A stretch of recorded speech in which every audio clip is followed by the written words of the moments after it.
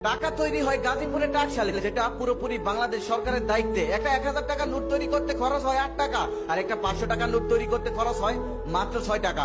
আপনি এখন ভাবতেই পারেন, যেহেতু বাংলাদেশ সরকার টাকা বানাতেই পারে, তাহলে কেন তিনি টাকা বানিয়ে সবাইকে বিলিয়ে দেয় না? সবাইকে বিলিয়ে দিলেই তো সবাই বড়লোক হয়ে যেত, কেউ আর গরিব থাকতো না, আমাদের দেশটাও অনেক উন্নত হয়ে যেত।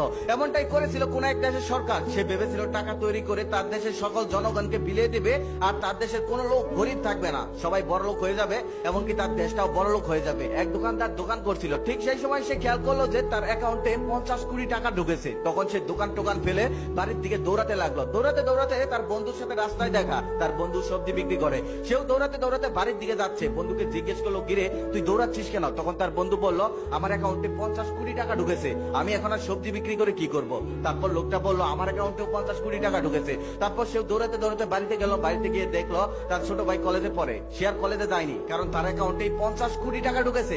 সে এখন আর লেখাপড়া কি করবে? পাশের বাড়ি একজন টিচার ছিল, সেও আর স্কুলে বাচ্চাদের পড়াতে চায়নি, কারণ তার অ্যাকাউন্টে 50 কোটি টাকা ঢুকেছে। এখন সে আর বাচ্চাকে পড়িয়ে কি করবে? কৃষক ধান চাষ করা ছেড়ে দিল, কারণ কৃষকের অ্যাকাউন্টেও 50 কোটি টাকা। সবজিওয়ালা সবজি চাষ করা ছেড়ে দিল, কারণ তার অ্যাকাউন্টেও 50 কোটি টাকা। গাড়ির ড্রাইভাররাও ড্রাইভারি করা ছেড়ে দিল, কারণ তার অ্যাকাউন্টেও 50 কোটি টাকা। সবাই সবকিছু ছেড়ে দিল, কারণ সবার অ্যাকাউন্টেই 50 কোটি টাকা। এত টাকা থাকতে তারা কাজ করে কি করবে? কেউ আর কাজ করলো না, সবাই টাকা নিয়ে মেতে রইল। তারপর লোকটা বাজার করতে বাজারে গেল। বাজারে গিয়ে দেখলো বাজারে কোনো দোকানদার নেই, কোনো দোকানই খোলা নেই, সবার অ্যাকাউন্টে 50 কোটি টাকা ঢুকেছে। তারা দোকান করে আর কি করবে? তারপর লোকটা বাজার থেকে কিছুই আনতে পারলো না, টাকা নিয়ে গিয়েছিল, টাকা নিয়ে বাড়িতে ফিরে এলো। 2 দিন না খেয়ে থাকার কারণে লোকটা অসুস্থ হলো, হসপিটালে গেল। হসপিটালে গিয়ে দেখলো হসপিটালে কোনো ডক্টর নেই, কারণ সব ডক্টরের অ্যাকাউন্টেও 50 কোটি টাকা ঢুকেছে। তাই তারা চাকরি বাকরি ছেড়ে দিয়েছে, কেউ আর অফিস করছে না। তারপর লোকটা বাড়িতে ফিরে এলো। কিছুদিনের মধ্যেই সেই দেশে হাহাকার লেগে গেল, কারণ খাবার নেই, পানি নেই, পোশাক নেই, কিচ্ছু নেই, কারণ কৃষক ধান চাষ করেনি, সবজিওয়ালা সবজি চাষ করেনি, মাঝি পুকুর থেকে মাছ তোলেনি। তুলে কি করবে? সবার অ্যাকাউন্টে তো 50 কোটি টাকা, সবাই তো বড় লোক, তাদের তো আর টাকার দরকার নেই। কিছুদিনের মধ্যে সেই দেশের মানুষ অনেক বিপদে পড়ে গেল। তারপর তারা ওই টাকাগুলোকে অভিশাপ মনে করলো। তারপর তারা সবাই মিলে সিদ্ধান্ত দিল সেই টাকাগুলো সরকারকে ফেরত দেবে। ফেরত দেওয়ার জন্য ব্যাংকে গেল। ব্যাংকে যাওয়ার পর দেখলো ব্যাংকের কর্মকর্তারাও আর চাকরি করছে না, কারণ তাদের অ্যাকাউন্টেও 50 কোটি টাকা, তারাও আর অফিস করছে না। তারপর তারা সবাই ওই টাকাগুলোকে রাস্তায় ছুঁড়ে ফেলতে লাগলো।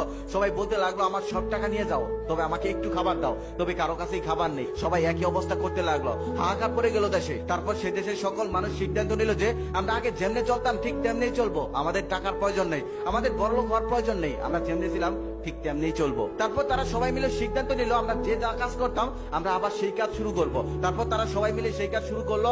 আবার আস্তে আস্তে সেই দেশটা আগের অবস্থায় ফিরে এলো। আমরা অনেকেই গরিব ঘরে জন্ম নিয়ে ভাবি, আল্লাহ আমাদের কেন যে গরিব ঘরে পাঠিয়েছে? যদি কোটি কোটি টাকাওয়ালার ঘরে পাঠাতো, তাহলে হয়তো জীবনটা অন্যরকম হতো, অনেক সুখের হতো। কিন্তু একটা কথা মনে রাখবেন, মহান আল্লাহ তাআলা কোনো কিছু এমনি এমনি তৈরি করেনি। আল্লাহ আমাদের যা দিয়েছে সেটাই মঙ্গলের জন্য দিয়েছে, এটা সবসময় মনে রাখবেন। আল্লাহ তাআলা মানুষকে টাকা দিয়ে পরীক্ষা করেছেন, আল্লাহ তাআলা মানুষকে গরিব বানিয়ে পরীক্ষা করেছেন। দুনিয়াতে বেঁচে থাকতে হলে সবারই প্রয়োজন পড়ে। ধনীরা না থাকলে গরিবরা থাকতো না, আর গরিবরা না থাকলে ধনীরা থাকতে পারতো না। দুনিয়াতে প্রত্যেকটা মানুষের অবদান আছে, তা আবার সমান। তাই ধনীদের উদ্দেশ্যে একটা কথা, গরিবদেরকে ফেলনা মনে করবেন না, আর গরিবরাও বড় লোকদেরকে হিংসা করবেন না। মনে রাখবেন, পৃথিবীতে বেঁচে থাকতে হলে সবাইকেই একসাথে কাজ করতে হবে, একসাথে থাকতে হবে, সবার সমান অধিকার থাকতে হবে।